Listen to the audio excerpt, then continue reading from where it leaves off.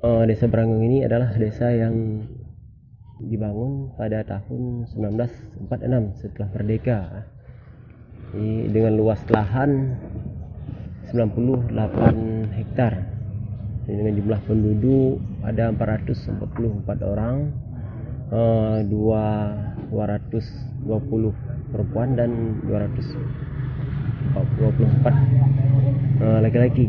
Masyarakat Kampung Gami ini adalah memang kebanyakannya, mayoritasnya adalah petani. Kalau kita lihat dari persennya, 80% lebih masyarakat kami adalah petani dan peternak.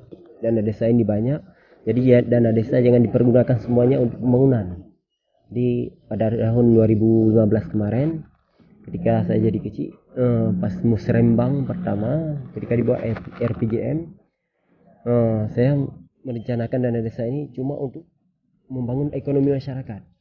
Sebelumnya kita mengandalkan pakan hijauan, tapi dengan teknologi atau pengembangan dan pengolahan limbah jerami padi sebagai pakan ternak ruminansia itu sangat bermanfaat bagi masyarakat, terutama sekali untuk memudahkan sistem pemeliharaan dan mencukupi kebutuhan pakan.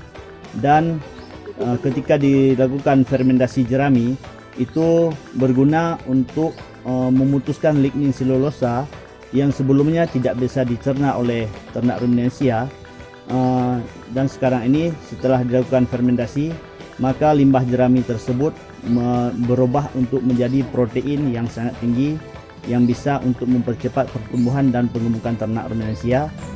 Dan dengan adanya pembinaan masyarakat melalui dana desa yang difokuskan dengan BUMG, maka masyarakat sudah bisa mengusahakan ternak mungkin lebih dari 1 atau 2 ekor.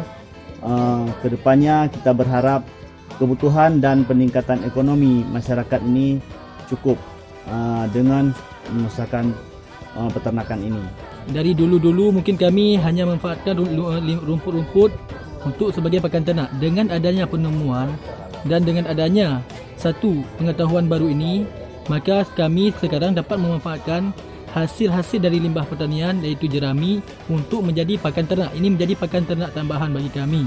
Jadi pada tahun 2016 BUMG ini sudah terbentuk, dan alhamdulillah sekarang sudah ada beberapa bidang.